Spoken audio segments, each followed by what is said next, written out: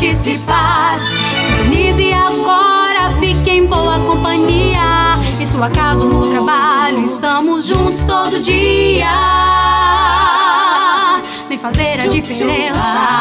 Essa rádio te convida a deixar a restauração entrar em sua vida e no seu lar, levando a palavra. Esse é o nosso compromisso, pregando sempre a verdade, ganhando almas pra Cristo. Então venha restaurar, venha louvar, venha participar. Vamos juntos caminhar. Então venha restaurar, venha louvar, venha participar. Restauração está no ar. Ao que está sentado, cante no trono, e ao Cordeiro, seja o louvor, seja o louvor, seja a honra, seja a honra, seja a glória. Diga para Ele, seja a glória, seja o domínio, seja o domínio pelo século dos séculos, pelos séculos dos séculos, ao que está sentado no trono, ao que está sentado no trono, no trono, e ao Cordeiro, e ao Cordeiro, seja o louvor, seja o louvor, seja a honra, seja a honra, seja a glória, seja a glória. Oh Deus, Tu estás aqui, Pai. Seja o domínio Pelos séculos dos séculos, diga para Ele. Pelos séculos dos séculos, Poderoso Deus, poderoso Deus,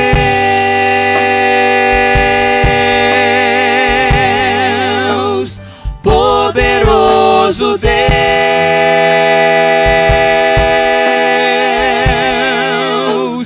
poderoso Deus,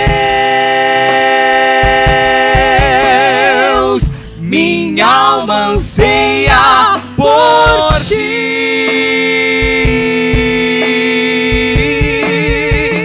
poderoso Deus,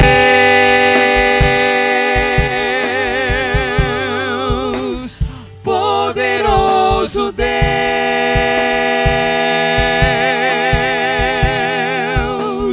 poderoso Deus,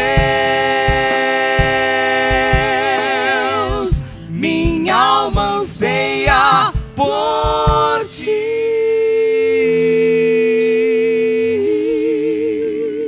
diga: quão grande é o meu Deus, cantarei quão grande é o meu Deus, e todos hão de ver quão grande é o meu Deus, quão grande é o meu Deus. Toda a igreja, quão grande é o meu Deus. Eu cantarei. Ah, Senhor, Tu estás aqui, meu Deus. E todos hão de ver Quão grande é o meu Deus, com o esplendor de um rei.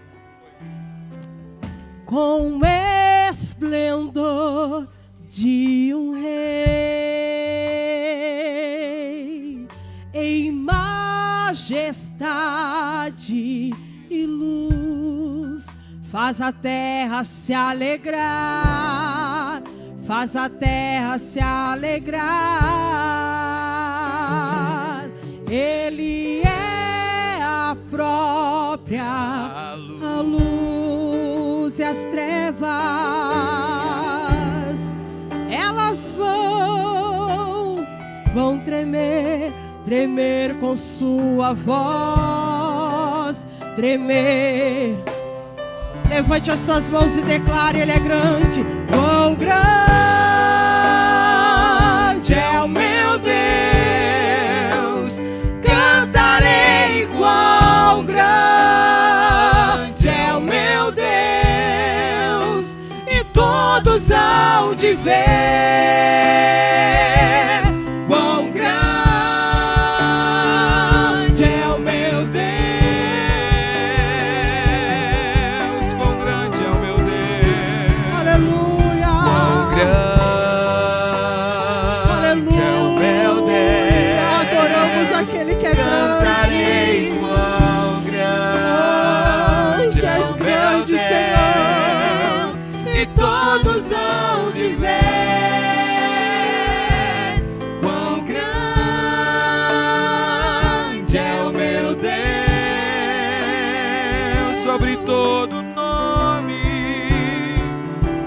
sobre todo nome é o céu. Tu és digno do louvor. Eu cantarei, quão grande é o meu Deus. Sobre todo nome, sobre todo nome, sobre todo nome é o Senhor. Cante para o Senhor. Tu és digno do louvor. Eu cantarei.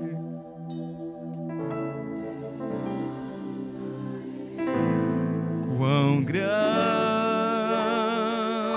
é o meu Deus, sobre todo nome, sobre todo nome é o céu. Tu és digno do louvor. Eu cantarei. Quão grande é o meu Deus, é o meu Deus. Quão grande é o meu Deus, cantarei. Quão grande é o meu Deus, e todos hão de ver. Quão grande é o meu Deus.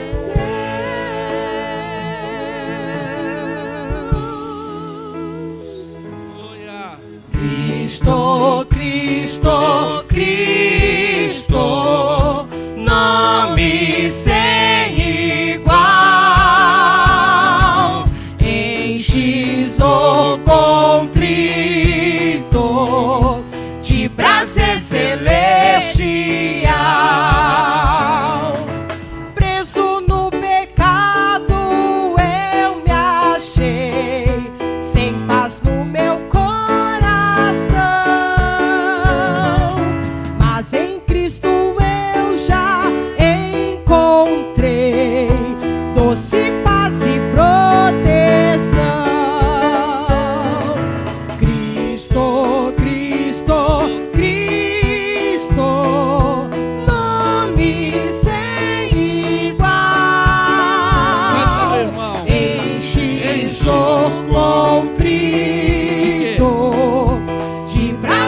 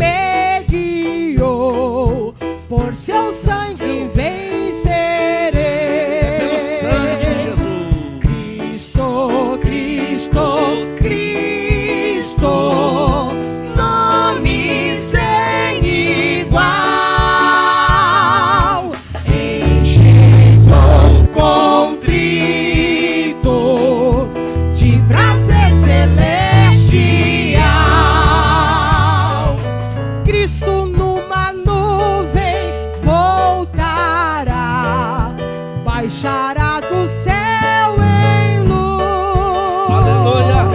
Pelo seu poder me levará pra seu lar, o bom Jesus. Vamos ficar de pé, toda a igreja.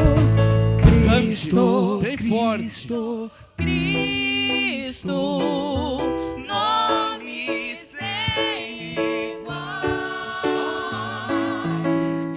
enches o contrito de prazer celestial. Mais uma vez bem forte. Cristo, Cristo, Cristo, nome sem igual, enches o contrito de prazer celestial.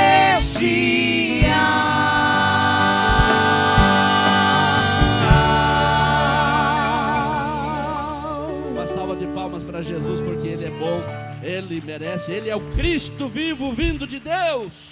Aleluia. Não há ninguém maior que o nosso Deus. Adora Ele nessa noite. Aleluia. Glória a Deus. Aleluia.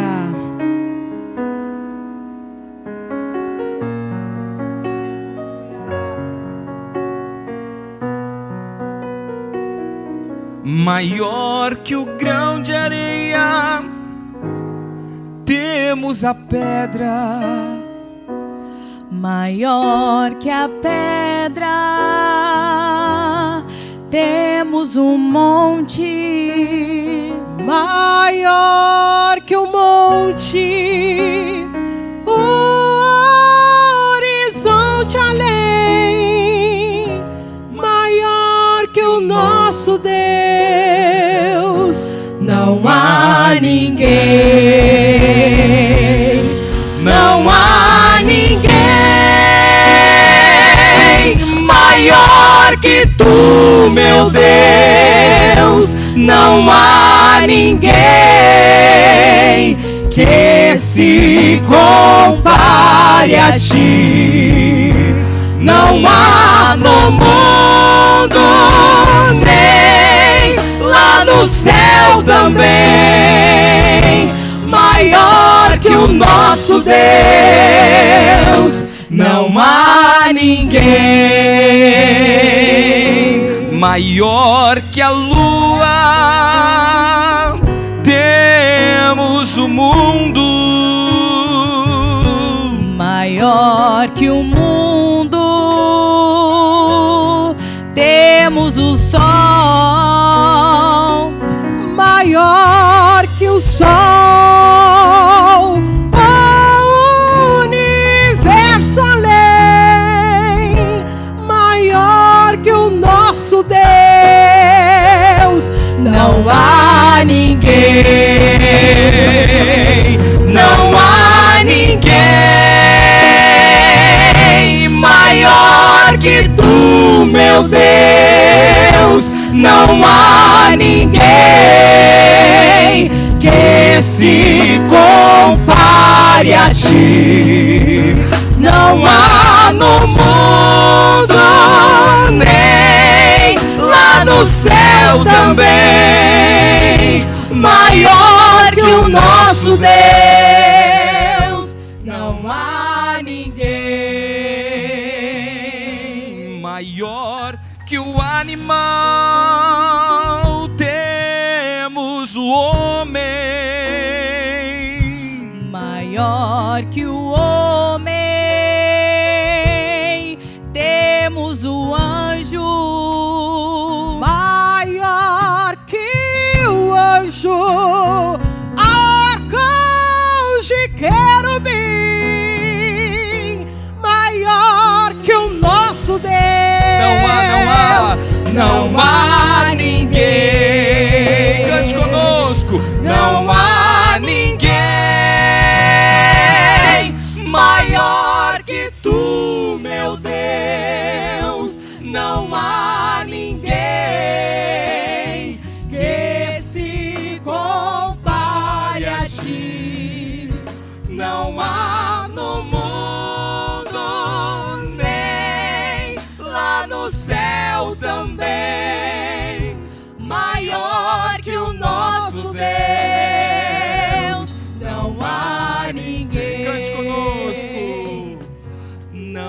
há ninguém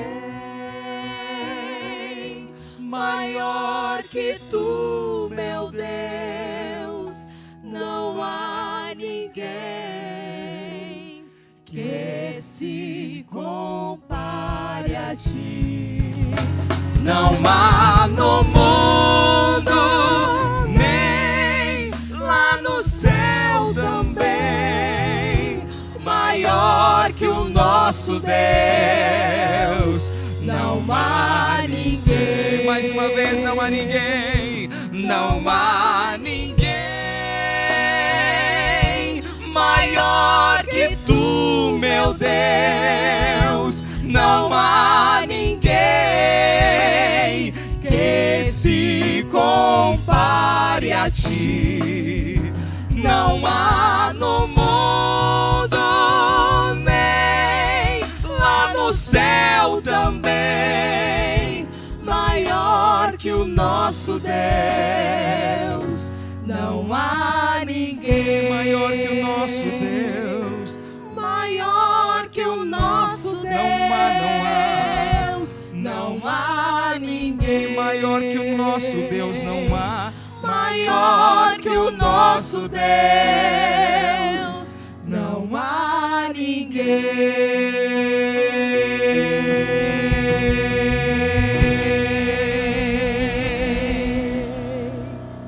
Glória a Deus. A gente ouve esse glória a Deus, esse louvor a Deus. Isso aí é sinal de que o Espírito Santo está aqui, tocando no coração do povo de Deus.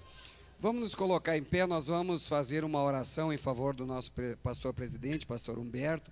Nós estamos numa campanha desde sábado, e interessante que nós emitimos ali um banner para todas as congregações do ministério, focasse. Nós sabemos que a responsabilidade que o pastor Humberto tem com a igreja é muito grande.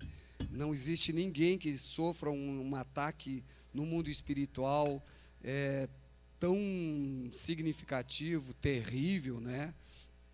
Como o pastor Humberto, por isso que ele está na liderança. E nós estamos aí nas vésperas de uma convenção. Nós estamos também sentindo uma presença de Deus muito grande. Deus está agindo na igreja, é algo tremendo. Isso tudo também, a gente tem que olhar o outro lado, a reação no mundo espiritual. E então temos que aproveitar esse momento de Deus no Ministério Restauração. As portas se abriram e nós temos que entrar por ela. E o nosso pastor presidente, ele está na frente aí, Deus colocou ele à frente dessa igreja. E ele precisa, ele, a irmã Ana, aleluia, glória a Deus, eles precisam de uma cobertura espiritual. Toramandoramaga. E é a igreja que tem que dar essa cobertura, orando, clamando em favor da vida espiritual, da vida ministerial, da vida, da saúde do pastor Humberto, da irmã Ana, enfim, para que Deus possa usá-los muito mais ainda do que tem usado, e a gente sente que Deus quer muito mais ainda, não é? Então vamos aproveitar esse momento e vamos clamar em favor do nosso presidente, aleluia, porque nós temos certeza absoluta que a nossa oração vai gerar resultado, amém? Estenda suas mãos aqui na direção do púlpito, nosso pastor está aqui, aleluia. Ali está a irmã Cláudia do lado da irmã Ana. Coloca aí, irmã Cláudia, a sua mão aí, isso, sobre a irmã Ana.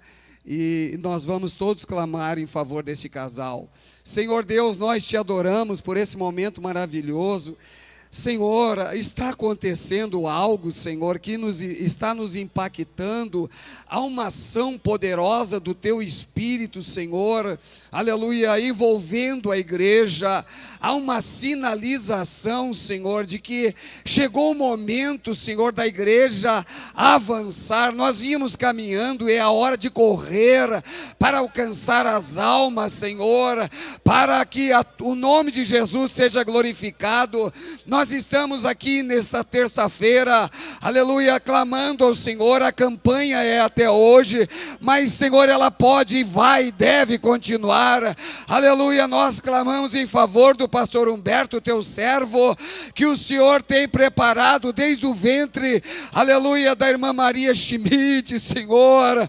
Aleluia, o Senhor já apontava para algo na vida do pastor.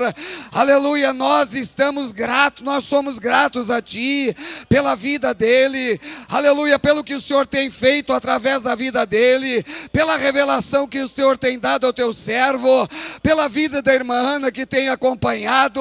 Não tem sido fácil para ele, não tem sido fácil para ela, mas há uma coisa, aleluia, que pode e deve, Senhor, acompanhar esse casal. É a igreja clamando, é a igreja reconhecendo que há poder na oração, que há poder no clamor. Quando a igreja ora, quando a igreja avança contra todos os dardos do inimigo, contra os mísseis do inferno, contra a vida do pastor Humberto, contra, Senhor, a saúde dele, aleluia, contra o casamento dele. Oh, meu Deus, quando a igreja avança, o diabo tem que abrir caminho, aleluia, os demônios têm que se afastarem, aleluia, porque há poder na oração da igreja. Nós ministramos a tua bênção, nós levantamos muralhas espirituais em volta da vida do teu servo, em todas as áreas da vida dele. Fora Satanás, fora Satanás, fora espíritos malignos, em nome de Jesus e para a glória de Jesus. Amém e amém. Aleluia. Passamos a direção do culto ao nosso pastor presidente, pastor Humberto Schmidt Vieira. Paz do Senhor, meus irmãos. O Senhor Jesus tem falado muito ao meu espírito a respeito do que é a igreja, e cada vez que eu vou me aprofundando e vou entendendo o que é a igreja, cada vez que eu dobro meus joelhos para orar, se eu não me cuido, se eu não me policio, eu acabo passando todo o tempo da oração só agradecendo. E quando termina a hora de orar, aí acabou o tempo e eu não pedi nada, só agradeci. De tão extraordinário que é o fato, o simples fato de fazer parte da igreja de Jesus. Se nós entendêssemos, se você abrir o teu coração, o teu espírito para receber esta revelação da parte de Deus, do que é ser igreja, você nunca mais vai reclamar de nada, você nunca mais vai ficar nervoso, estressado, você vai ficar uma pessoa muito diferente daquilo que você é. Se você entender o que é igreja, e se você realmente fizer parte daqueles que são chamados e também são escolhidos. O apóstolo Paulo, então, ele nos fala: rogo-vos, pois eu, prisioneiro no Senhor, que andeis de modo digno desta vocação, desta chamada. Aqui o tradutor usou vocação para não repetir chamado, ou chamada que fostes chamado. Mas a palavra é esta, a palavra klesis. Andeis de modo digno desta tão grande chamada que vocês receberam da parte de Deus. E esta chamada é justamente a chamada para ser igreja. Para ser, desde que você aceite a chamada, não só um chamado, mas ser um escolhido de Deus também a partir do momento que aceita a chamada e você nasce de novo.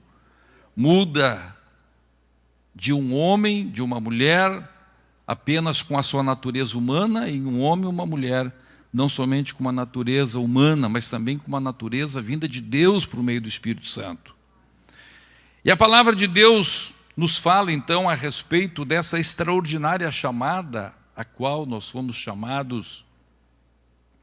E diz a palavra que este andar digno é andar de forma una, em unidade, muito mais do que unidos, mas realmente sendo uma só uma só alma e um só espírito, sendo realmente o corpo de nosso Senhor Jesus Cristo. Isto é a forma digna pela qual nós devemos andar, ou por meio da qual devemos andar.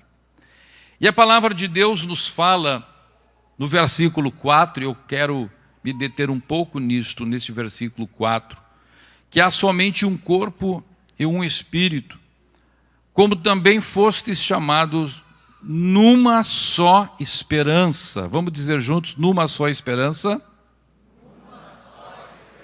da vossa vocação.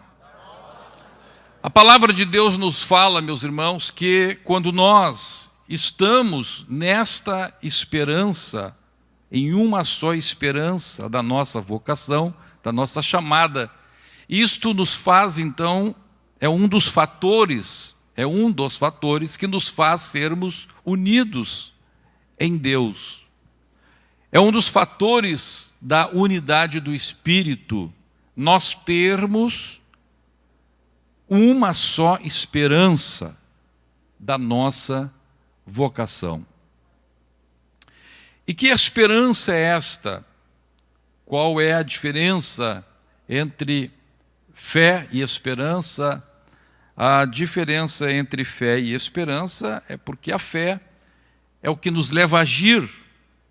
A fé nos leva a agir em cima de uma promessa divina. Diante de uma promessa condicional de Deus a uma ação, então pela fé eu vou agir em cima daquilo que Deus falou. Mas a esperança é o que me faz descansar depois de eu agir. Se eu não tiver esperança, eu tiver só fé, eu vou viver sempre estressado. A minha vida cristã, em vez de uma vida de paz, vai ser uma vida de estresse. Porque o que acontece? Eu vou fazer uma coisa, mas aí a ansiedade que eu tenho de ver aquilo acontecer logo, me faz, ao invés de descansar na resposta que Deus já deu ao meu espírito, eu vou agora querer ajudar Deus, eu vou querer fazer alguma coisa a mais. Eu vou achar que a minha ação é que vai fazer as coisas acontecerem. Então, por exemplo, se a gente não tem esperança, se não recebe essa esperança de Deus, o que acontece com você? Por exemplo, você está orando, imagine que você está orando por uma causa na justiça. Você está orando por aquela causa na justiça. Aí você ora e você clama a Deus, você jejua, você vai lá para o sítio de Bom Retiro, lá para a casa de Campo Novo, lá para o sítio de Mariana Pimentel. Você fica orando 2, 3 dias e você sente que Deus agarrou aquele assunto. Aquele assunto agora é de Deus. Mas você não tem esperança. Você não recebeu a revelação da esperança da parte de Deus. O que vai acontecer com você? Você volta, passa uma noite bem, 2 noites. Na terceira noite você já está roendo unha de novo. Você já fica pensando, mas e agora? E se eu perder aquela causa? Se eu perder aquela causa, eu vou ter que pagar 50 mil reais. Da onde que eu vou tirar 50 mil reais? Isso é isso. E aí você começa a roer unhas. Só que Deus está olhando você e Deus está vendo 300 opções de solução do problema. Mas você não tem esperança, você tem só fé. Você teve fé para ir orar, mas não teve esperança agora de entender que Deus está trabalhando. A Bíblia Sagrada diz em Isaías capítulo 64, verso 4, porque desde a antiguidade não se ouviu, nem com os ouvidos se percebeu, nem com os olhos se viu um Deus além de ti que trabalha para aquele que nele espera. Imagine, tem algum irmão aqui que é empreiteiro? Tem algum irmão aqui que é empreiteiro? Que faz empreitada assim de obra, pintura, de construção, de marcenaria, de carpintaria? Faz favor, levante. Todos que trabalham, são construtores, são pintor. Está aqui. Né? Amém. Olha, tem uns quantos aqui. Olha, tem uns quantos aqui. Vem cá, irmão Dilceu, faz favor, vem aqui. Vem aqui, rapidinho, faz favor. Meu irmão querido, imagina, meu irmão, que você chega lá em casa. Eu te contrato para você reformar o telhado. Tirar todas as telhas, estão quebradas, tal, arrumar lá o forro que foi comido pelas goteiras, pela água. Aí você diz assim para mim: pastor Humberto, 10 mil reais. Só me dá 2 mil aí para eu dar uma ajeitada, tal, né, ver com o pessoal aí. E o restante, 18 mil, você me paga na entrega de serviço. Aí eu lhe pego, dou 2 mil. Esse 2 mil que eu dei para o senhor é pela fé. Estou dando pela fé. Eu agi sem ver, mas eu confio nele, dei pela fé. Então, a minha fé vai fazer o senhor se mexer, certo? O senhor vai começar a trabalhar pela minha fé. Agora, meu irmão, imagine que eu não tenho esperança, tenho só fé. Eu não descanso. Bom, eu dei os 2 mil para ele, agora ele vai começar a trabalhar. Aí, meu irmão, o que o senhor faria, meu irmão, se de minuto em minuto eu subisse lá em cima, disse assim: irmão do céu, está pronto? Irmão do céu, está pronto? Aí disse assim: pá, calma, pastor Humberto, calma. Estou tirando as telhas. Eu dava uma volta lá embaixo, subia de novo lá. Irmão Dilceu, já está pronto? Ó, irmão, eu dei 2 mil para ti, hein? Ui, Jesus amado. Irmão, passava, não vou dizer de minuto em minuto, vamos dizer de 5 em 5 minutos, certo? Aí veja, passou 1 hora, eu já fui 12 vezes lá, 2 horas já fui 24 vezes perguntar para o senhor, 3 horas já fui 36 vezes lá perguntar para o senhor, 4 horas já fui 48 vezes perguntar para o senhor. Me diz uma coisa, o que o senhor faria? Deixou sem palavra. Eu acho que o senhor vai devolver os 2 mil, né? E assim mandar. Eu acho que devolveria, mas... E ó, pega as ferramentas e diz: irmão, procura outro. Tem coisa que se torna chato, né? Para elogiar, né? Só está elogiando. Chamar de chato é elogio. E tem gente que é assim com Deus. Aí estressa, você se estressa. Só não estressa Deus que Deus é a prova de estresse. Com Deus a gente pode ser chato. Ele sempre está... Olha, dá uma risadinha assim de ti. Pobrezinho do meu filho, pobrezinho da minha filha. Busca a esperança, meu filho. Busca a esperança. Você já me deu sinal? Deu. Eu já não disse para ti que ia fazer o negócio. Diz, então.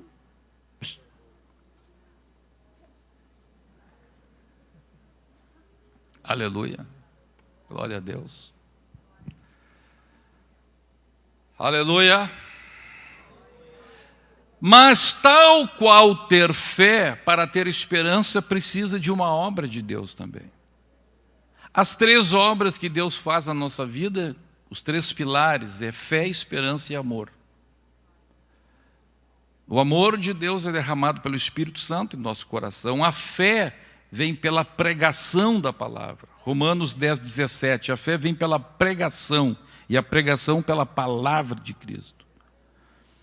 E a esperança, diz a palavra de Deus, ela vem pela experiência. Quando você tem fé em alguma pequena coisa e aquilo acontece, então você, olha, dá realmente para esperar em Deus. Eu vou continuar tendo fé, eu vou continuar fazendo a minha parte. A minha fé vai me mover ao encontro de Deus. Por que você veio aqui hoje na igreja? Por que você veio na igreja hoje? Você tem fé. Se você não tivesse fé, você ficar em casa. Por que você ora? Porque você tem fé. Pode ser uma fé bem pequenininha, mas tem. Aleluia. Aí você ora. Por que a gente lê a Bíblia? Porque tem fé. Por que jejua? Porque tem fé. Agora, por que mesmo fazendo o que você tem que fazer pela fé, fica nesse estado com os nervos em pandarecos, arrebentado, estressado, preocupado, quase se desviando, porque você não conseguiu alcançar ainda esta grande bênção de Deus chamada esperança. Chamada esperança. É algo que é espiritual. É algo que acontece no nosso espírito, que Deus dá. Por isso a Bíblia também, Deus se chama Ele mesmo de o Deus da esperança. Quem quer esperança, levante a mão. Por isso Paulo diz, nós fomos salvos na esperança. Não somente na fé, mas também na esperança. E a palavra de Deus diz-nos agora, irmãos, que existe uma esperança, uma só esperança que nos une como corpo de Cristo. Existe uma esperança que nos faz entender toda a vida cristã. Existe uma esperança, uma revelação de esperança ao nosso coração, que esta esperança nos torna invencíveis. Nos torna imunes a qualquer ataque do diabo, nos torna imunes à depressão espiritual, nos torna imunes a qualquer tipo de mensagem de setas vindas do inimigo para nos desanimar. Glória a Deus. A palavra de Deus nos fala a respeito disto, em 1 Coríntios, no capítulo 15, e no versículo 19. Glória a Deus. 1 Coríntios, capítulo 15, e verso 19, diz assim, todos juntos podem ler, por favor, bem forte. 1, 2, 3.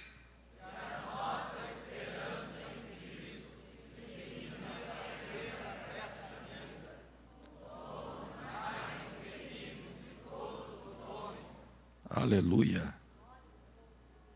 Oh, glória a Deus. Aleluia. Então, olha só, meus irmãos, escute que eu vou dizer uma coisa para vocês. Quando o diabo não consegue segurar, ele empurra. Quando o diabo não consegue te segurar, ele empurra. O que a palavra de Deus está dizendo aqui? A nossa esperança em Cristo, ela não pode de maneira alguma se limitar às coisas desta vida, mas a nossa esperança, ela deve estar ancorada nas coisas além desta vida. Preste atenção no que eu vou dizer. O diabo, o que o diabo faz? O diabo, quando não consegue fazer com que você não creia em Deus, ele procura te empurrar para crer em Deus, preste atenção, mas de uma maneira errada. Entendeu? Quando ele não consegue te impedir de crer, ele diz, tá bom, tu crê, mas de uma maneira errada. E o que acontece muitas vezes, irmãos, acontece que muitas vezes a pessoa ouve essas mensagens, e existe uma mensagem muito comum hoje, aí no nosso meio, devido ao materialismo que impera na nossa sociedade. Então, o materialismo, ele acaba afetando a fé, acaba entrando na esfera da fé, porque toda e qualquer cultura no meio da qual a pessoa vive, a Bíblia chama isto de ion, ela acaba afetando as pessoas. Por esta razão, Paulo, quando escreve aos Romanos, ele diz o seguinte, ele diz, rogo-vos, pois, irmãos, pelas compaixões de Deus, que apresenteis os vossos corpos por sacrifício vivo, santo e agradável a Deus, que é o vosso culto racional. E ele diz assim, e não vos conformeis com o ion. Não vos conformeis com o ion. Mas transformai-vos pela renovação da vossa mente, para que experimenteis qual seja a boa, agradável e perfeita vontade de Deus. O que é Ion? Uma criança perguntou aqui, o Naum perguntou, o que é Ion? Vamos responder. A palavra traduz isso como século. O Ion é a cultura de uma sociedade num determinado momento. Por isso, a palavra traduz como século. A cultura secular do momento. E hoje, meus irmãos, aqui no Ocidente, o que nós vivemos? Nós vivemos no materialismo. As pessoas acreditam que ser feliz é ter sucesso material. Então, por isso que as pessoas, para mostrar a felicidade, utilizam tanto as redes sociais. Por que as redes sociais têm tanto sucesso quando as pessoas mostram o que têm? Porque o valor de nossa sociedade, o valor que os homens aceitaram como dessa sociedade, são valores puramente materiais, puramente de riqueza. Então, o que as pessoas acabam achando? Achando o seguinte: bom, para eu mostrar que eu sou bom, que eu sou bem, que eu sou feliz, para as pessoas entenderem o quanto eu sou importante, eu tenho que mostrar o que eu tenho. Eu tenho que mostrar o que eu tenho. Por isso, então, as pessoas acabam mostrando o que têm. E cada pessoa, então, vai ser influenciada por esses valores de uma sociedade materialista, que valoriza o que a pessoa tem, que valoriza a beleza física da pessoa, que pessoas completamente vazias, pessoas imundas, pessoas podres, pessoas que, se você conversar com ela, não consegue ficar 2 horas conversando, porque não tem nada de bom, mas são as pessoas aplaudidas pelo nosso Ion. Então, se a palavra de Deus está dizendo, não vos conformeis com o Ion, é porque a grande parte das pessoas acaba se conformando com o seu Ion. As pessoas acabam assumindo e procuram assumir, e se não conseguem assumir isto, se sentem extraordinariamente infelizes. E aí que o diabo consegue prender toda uma sociedade. Como é que o diabo consegue prender, por exemplo, os brasileiros, consegue prender os portugueses, os russos, os ucranianos, os americanos? O diabo não precisa ir de pessoa em pessoa, não. Ele vai influenciar a cultura, ele vai influenciar aquele Ion. Ele vai influenciar os centros de formação de opinião. É por isso, irmãos, que o diabo, ele vai trabalhar onde? Ele vai trabalhar na televisão, ele vai trabalhar lá onde fazem os filmes, nas escolas, onde a opinião vai ser formada e vai se formando o Ion. Quem entendeu? Quem está entendendo, diga amém. Amém? Está entendendo? Então, o que acontece? Este Ion que vai se formando, que vai dizendo para as pessoas o que é ser feliz, o que é ter sucesso, o que é o correto, que vai desconstruindo valores e vai colocando outros valores na mesa. Então, o diabo consegue agir desta maneira e assim influenciar toda uma nação.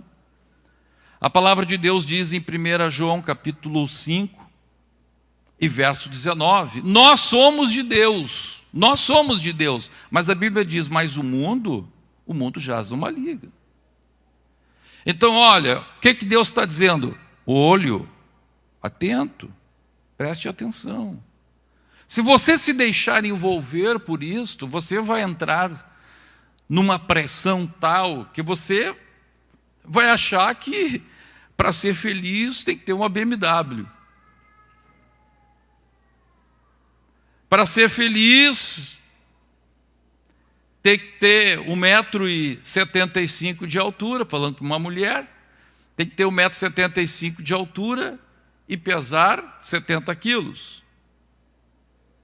Eu não sei as medidas da cintura, do busto, do quadril, mas lá vai ter medidas para isso também. E vou dizer, para você ser feliz, tem que ser desse jeito.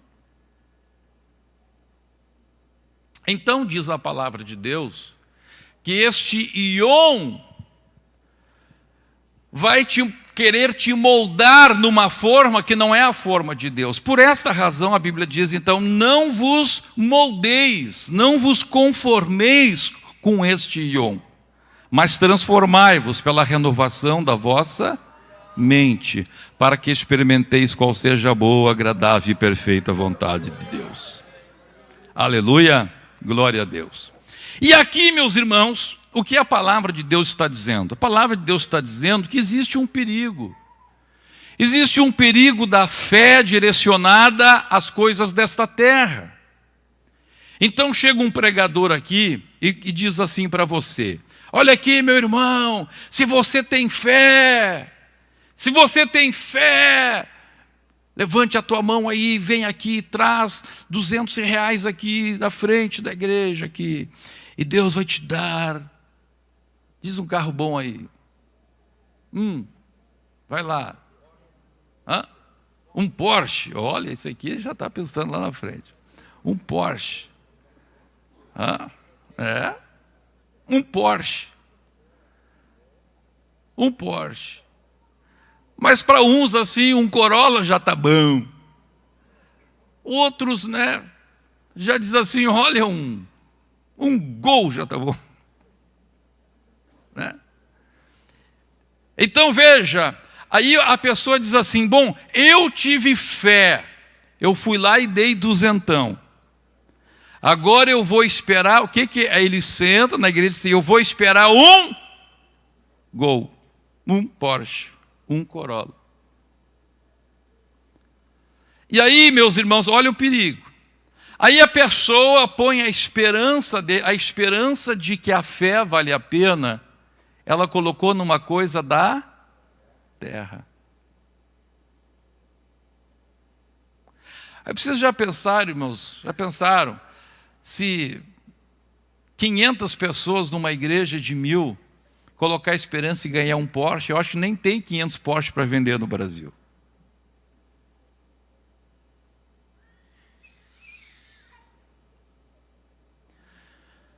Aleluia. Aí as pessoas começam a medir. Aí chega o irmão e diz assim, esses dias eu estava conversando com um senhor que não é da nossa igreja, de uma outra igreja liberal, que tem esse pensamento. E ele chegou e disse assim para mim, o fulano, Deus abençoou, né? Fulano está rico. Bem assim ele falou, fulano está rico, né? Fulano, Deus abençoou. Eu olhei para ele, deu uma pena, deu uma compaixão daquele homem, irmão. Aquele homem, uma vez, anos atrás, ele já foi homem fiel a Deus. Aí eu olhei para a família dele, tudo desordenado. Olhei para ele uma linguagem puramente da terra. E me deu uma compaixão daquele homem. Eu disse, pobre desse homem, a esperança dele, a esperança da sua fé está unicamente nas coisas daqui.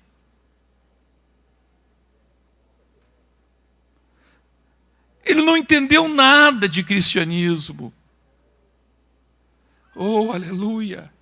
Paulo está dizendo, vocês receberam uma vocação, uma chamada extraordinária, e vocês têm que permanecer nesta esperança da vossa vocação. Ele escreveu para os Efésios, e aqui para os Coríntios, ele está explicando que vocação é esta.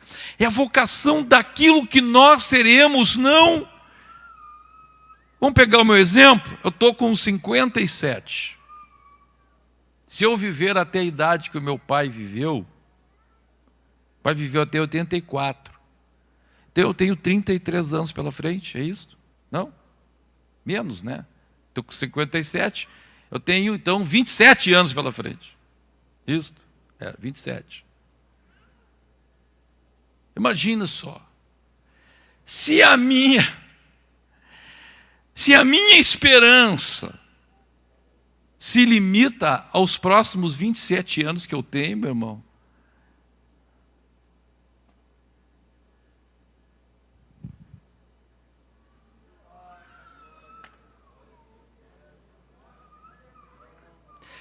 se eu há 57 anos sou fiel a Deus, eu quase nasci dentro de uma igreja, e todos esses anos de fidelidade, de busca a Deus, é para alcançar coisas daqui. Se a minha esperança se limita às coisas daqui, Deus está dizendo, a palavra de Deus está dizendo assim: Humberto, sabe o que tu é? Tu é o mais infeliz dos homens. Porque tu não entendeste nada o que é ser crente. Não entendeste nada a grandiosidade do que é ser crente, do que é fazer parte da igreja. Oh, aleluia, aleluia, glória a Deus. Então, meu irmão, quem sabe você está sendo pressionado pelo sucesso, você está sendo pressionado pelo sucesso, pressionado para alcançar resultados. O apóstolo Paulo tinha muito presente isso. Ele diz o seguinte, ele diz: eu fiz-me, ou melhor, sendo livre, eu me fiz escravo de todos. E ele diz assim: fiz-me de tudo, para com todos, para de todos os modos ganhar alguns. E quando chega no final da sua vida, ele diz assim: combati o bom combate, acabei a carreira, e eu guardei a fé. Aquela fé lá do início, a esperança manteve aquela fé até agora. E já me espera a coroa da justiça. Aleluia. O que Paulo tinha? Paulo disse assim, Paulo ele não chegou no fim da vida dele e disse assim: Senhor, tenho $300 mil no banco, tenho uma casa de campo, tenho uma casa em Porto Alegre, tenho uma casa em Torres, tenho um apartamento lá em Gramado. Paulo chega no fim da vida dele, aleluia,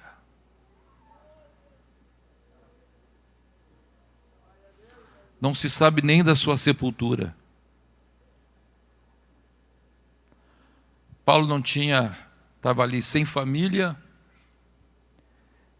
sem dinheiro, sem casa, sem cavalo, sem carroça.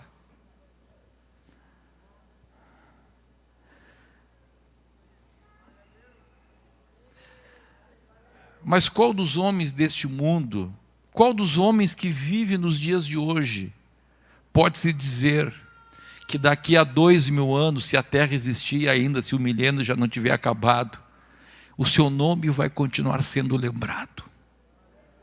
Me diz, irmão Frederico, o senhor acha que alguns dos homens vivos nos nossos dias terá o seu nome lembrado daqui a 2000 anos, como Paulo foi lembrado?